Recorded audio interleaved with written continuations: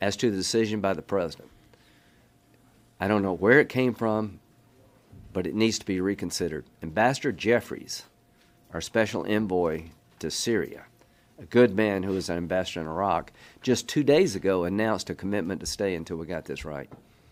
I don't know how this decision was made. It literally came out of left field. It has rattled the world. You see North Korea flexing their muscle now about, well, why don't you leave South Korea before we do a deal? I can promise you that everything that happened in Iraq is going to happen in Syria unless we change course. I've tried to help President Trump where I can. Will continue to do so, and I want him to be successful. But I find myself in a situation where the best way I can help the president is to tell him the truth as I see it. So there's a statement by the president today that the idea that Russia, Assad, and Iran are not really happy about us leaving, I disagree with that. They're ecstatic. The only reason they're not dancing in the aisles in Tehran and ISIS camps is they just don't believe in dancing. This is a big gift to them, and this is a devastating decision for our allies. What he specifically said to President Trump about this? Well, I won't get into conversations between Madison and the president, but I will tell you what he told me. He thought that the time was...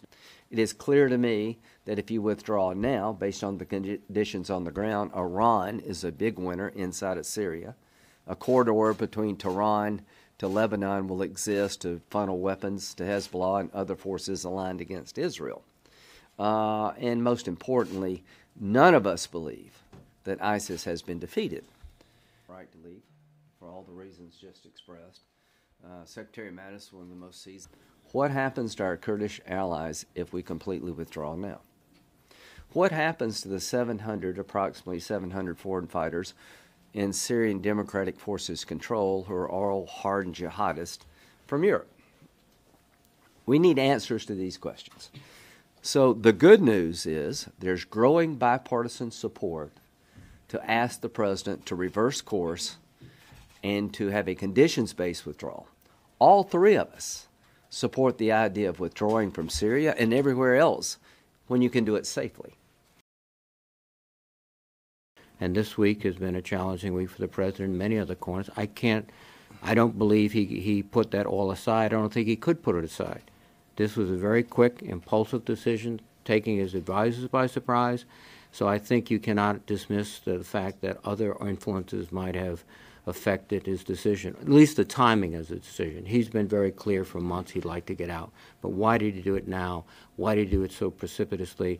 Why didn't he consult with other allies? And really a detailed analysis by his own national security team. Doing this without any strategy is foolhardy, and it puts U.S. security in the Middle East, including our ally, the State of Israel, at significant peril. We're entering a very dangerous time, as is increasingly clear to all on a bipartisan basis, including our international allies and our adversaries, that this president is incapable of addressing some critical national security challenges. Only in President Trump's parallel alternate universe has ISIS been defeated.